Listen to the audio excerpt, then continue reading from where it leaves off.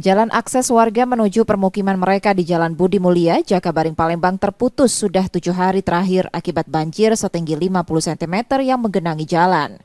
Sejumlah warga yang tinggal di daerah tersebut terpaksa memarkirkan kendaraan di depan gang yang jauh dari rumah.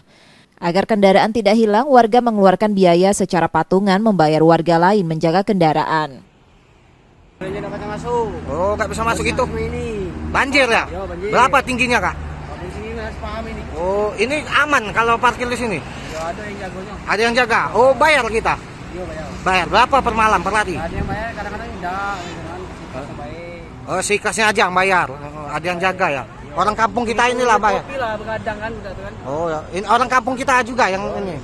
Oh, aman ya motor sini. Udah berapa hari nih, Kak, banjir, Kak? Hampir seminggu. Hampir seminggu. Oh, ini gara-gara hujan tinggi air ngeluap itu? Kemarin terus surut. Masuk lagi. Oh, karena hujan ya?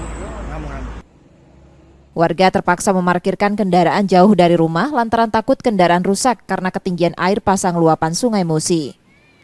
Yudi Kiswanto, Kompas TV, Palembang, Sumatera Selatan.